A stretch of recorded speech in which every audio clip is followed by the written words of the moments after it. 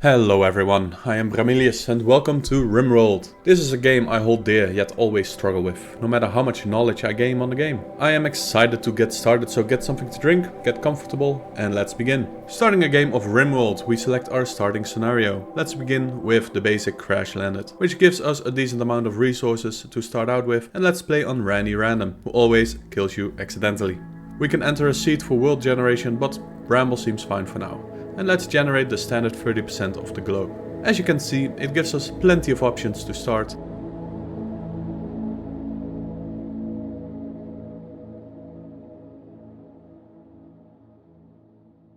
But this tropical rainforest style gives us year-round to grow food, and it seems that there will be no snow or cold to be worried about. Next up, we can choose or randomize our starting colonists. With the crash landed scenario we get 3 to start out with, and we want a bit of skills and passion across the board. Passion means that they like doing that specific job and they will get more experience in that job compared to somebody without a passion.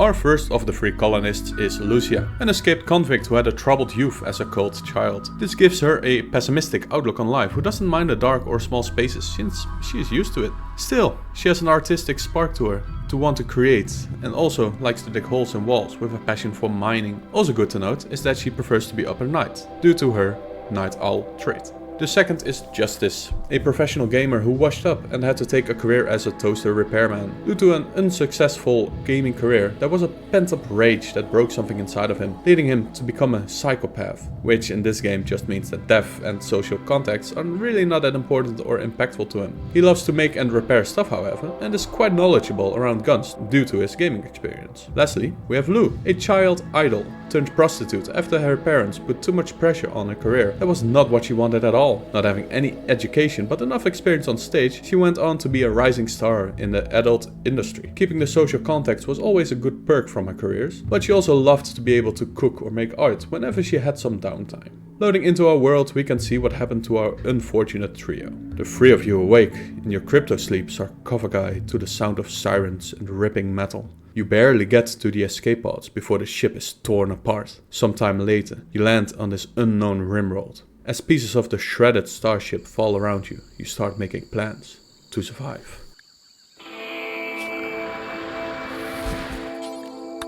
Landing next to a herd of elephants, we start out unforbidding all the items on the map and get a warning of an ancient danger lurking nearby. It seems that the structure next to us was built to keep something inside. Let's not open this until we are ready. Next, we should equip everybody so they are ready to hunt and fight if necessary. With Justice getting the rifle and Lou getting a revolver. Lucia can protect herself using a knife.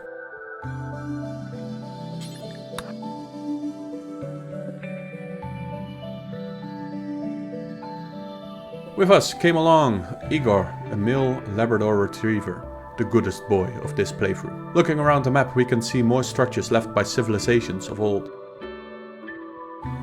We also can see a variety of animals on this map. Perhaps good to take notice of them.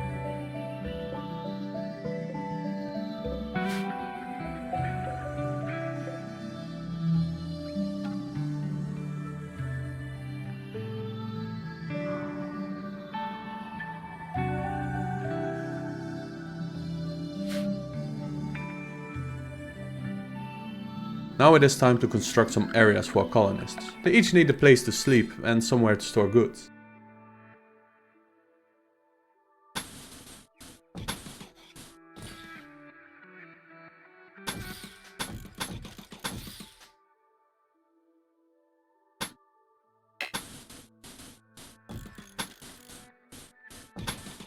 A place to eat the meals and relax socially will also come in handy.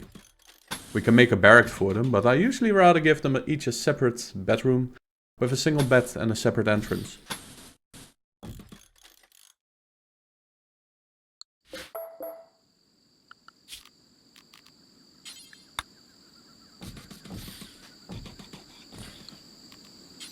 These bigger rooms I will give multiple entrances to give them easier access, and at first I wanted to make the room across from them a storage.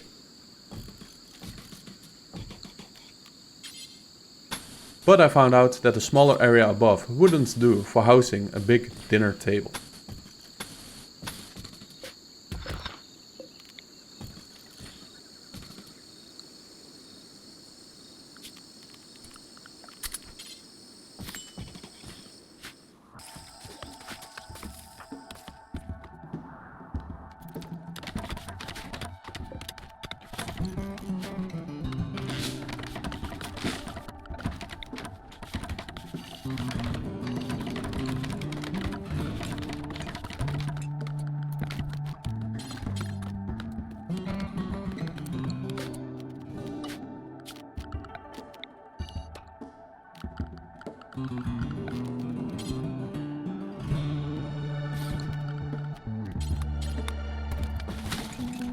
I will also immediately make a chessboard and horseshoe pin so they can have some recreational activities.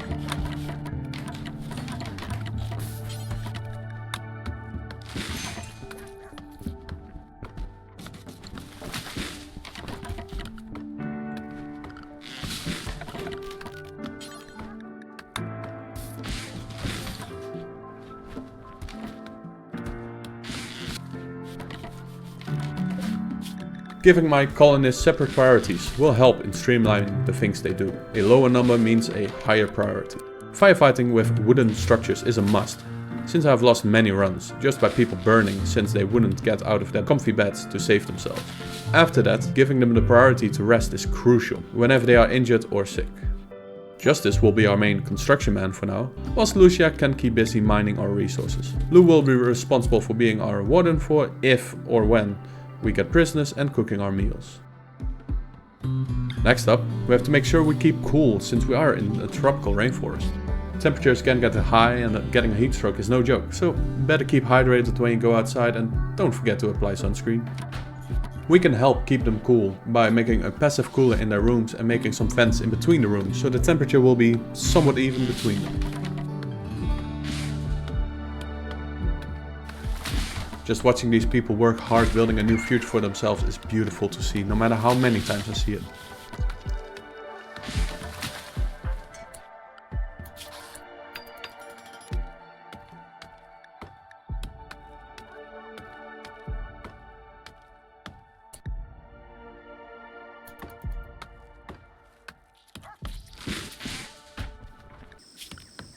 I'm also designating a dumping stockpile. Big chunks of stone and corpses that are rotting will be put there and will greatly clean up our base. If we leave them around, the beauty of our base will be low and they will slow our colonists down.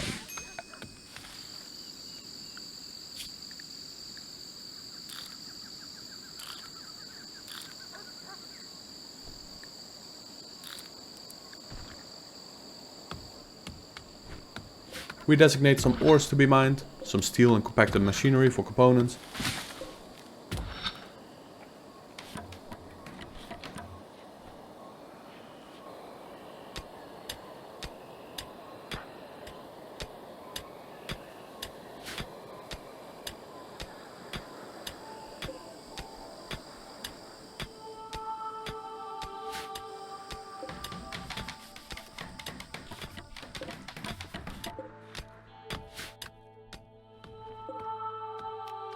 And luckily we have some compacted plasteel nearby as well, which is a stronger type of steel.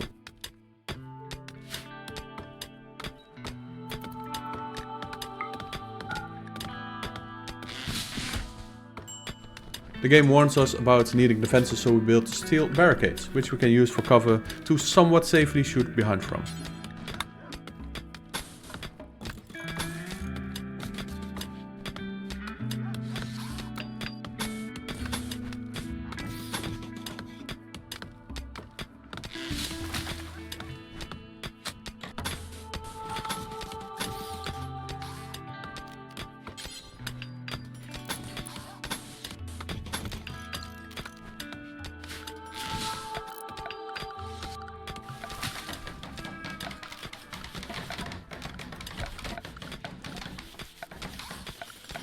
And since crossing a river isn't good for efficiency or their moods, since being wet isn't much fun, we built some bridges to get across easier.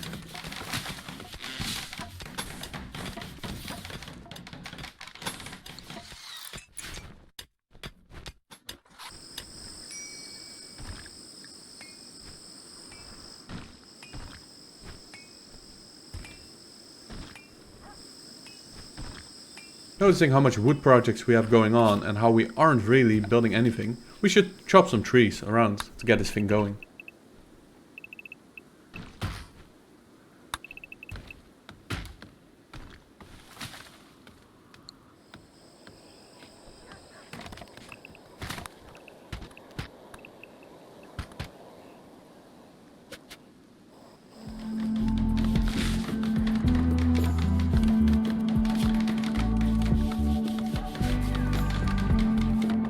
Since we have somewhat of a base set up at this point, it is time to think about a food source. We can go hunting for animals, but for now I will set up some growing plots. I like to make multiple small ones since there is a possibility of a blight coming into our plants. That way we usually only lose one of the crop fields if we kill the sick plants quickly enough.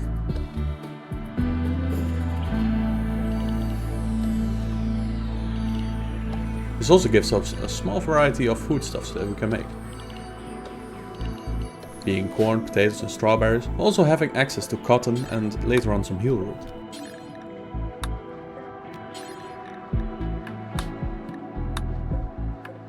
A lot of this game is just patiently waiting for things to happen and for the story to organically evolve.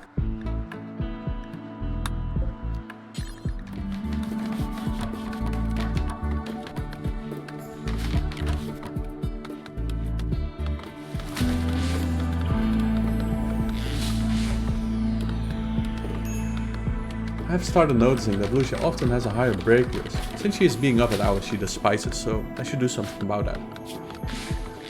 But as is the case with every playthrough, naming a colony always comes sooner than expected.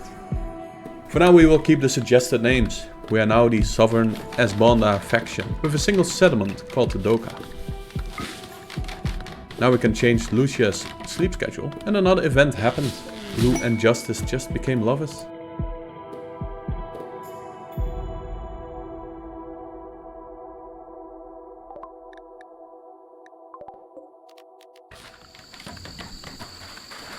As such, I will break the wall of their rooms and their beds, since they would prefer now to sleep together.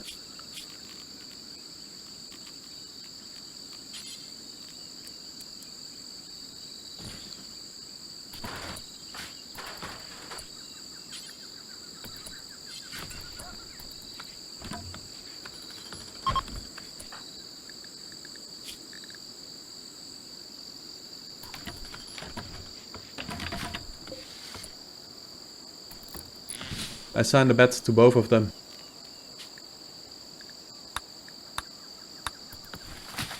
Place some torch blueprints so they don't have to live in the dark if it gets late.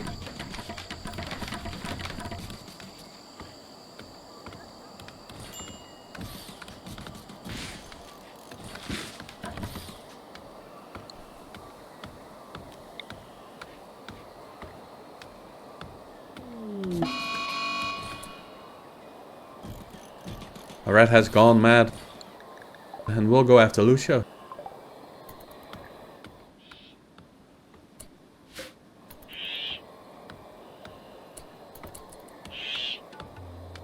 However, it's no match for her knife wielding skills.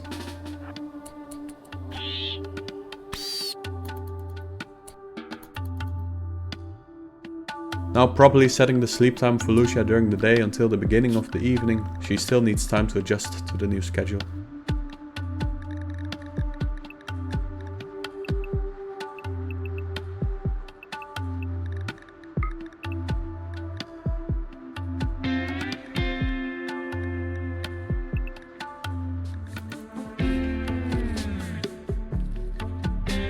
Lou starts farming and I decide it's a good time to clear out some old structures around, giving us some steel, some marble and some space to expand if needed.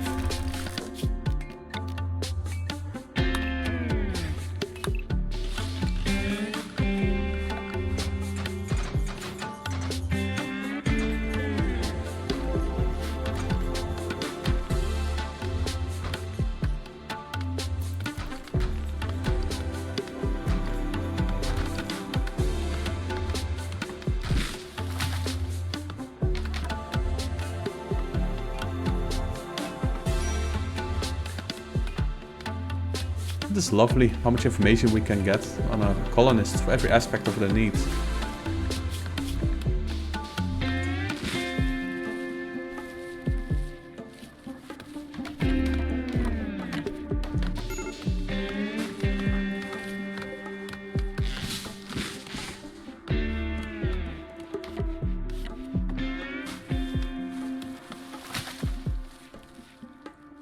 And at this point, Igor gets hunted by a panther.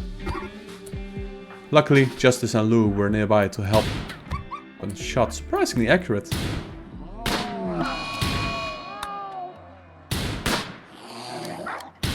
Killing the panther.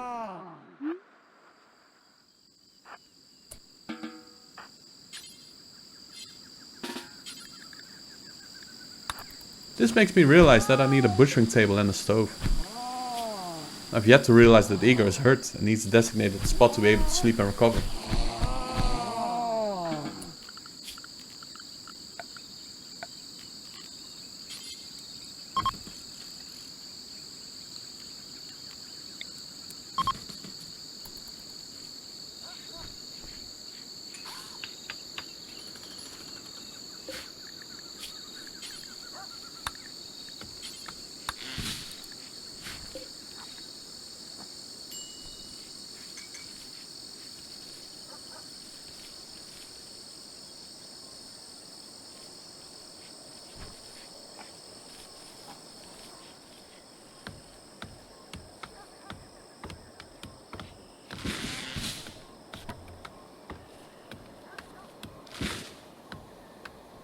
Although when he gets tired enough and rests in our storage, Justice mends his wounds just as well.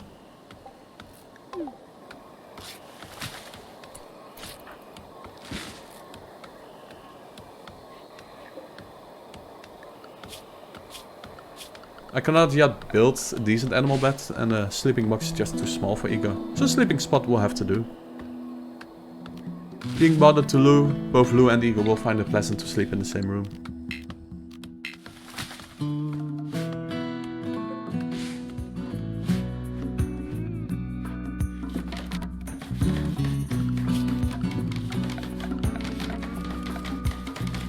I declare some roofing areas, so that the hallways will be protected from bad weather as well, and everything is coming along nicely. Bridges are being built.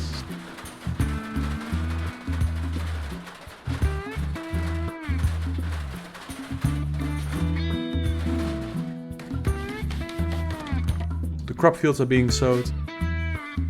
And the base is looking more and more like a home.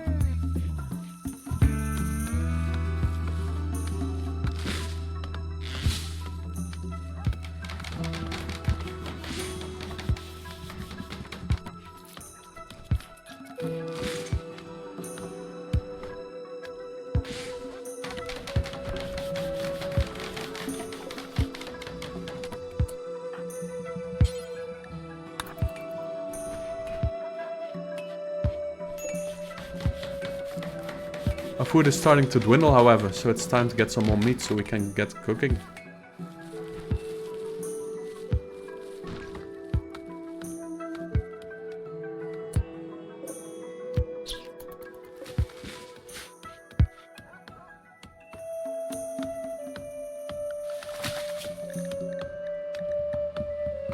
We also will learn Igor some tricks so he can either help during the hunt or with other tasks such as rescuing colonists or even hauling some resources.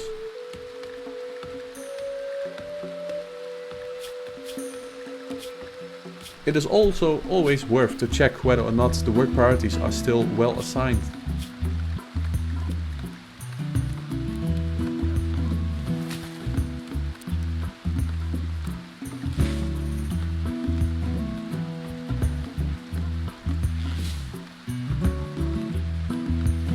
Lou and Igor will go hunting together, which gives me some peace of mind that they will protect each other. Sometimes when you go hunting, animals will start fighting back.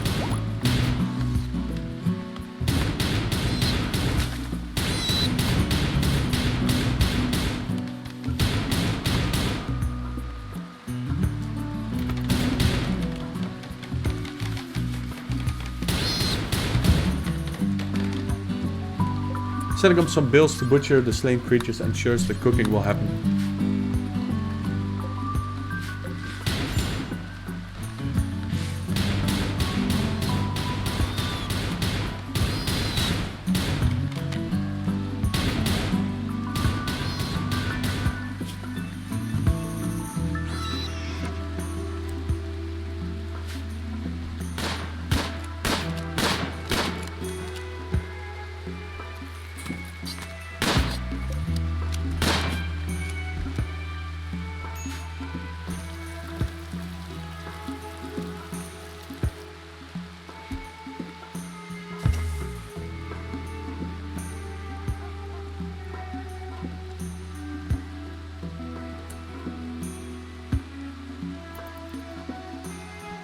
I would love to tame these elephants.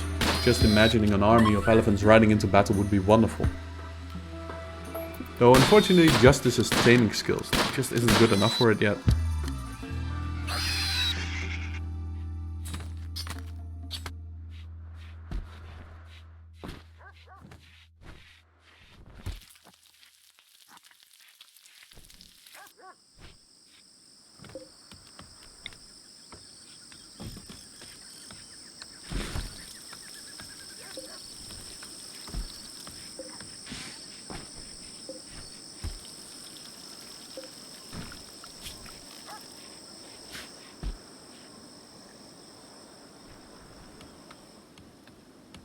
With some more hunting, the day comes to a close, and it seems like we've got a great thing going on here.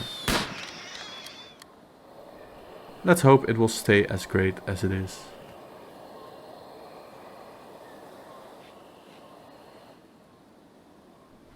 Thank you all so much for watching this first episode of this first season of my Rimworld playthrough. If you have any advice or questions, please leave them in the comments below. If you liked the video, please like it, though if this was not enjoyable at all, feel free to dislike it as well. If you want to see more of my content coming in the future, please do subscribe and I will see you in the next video.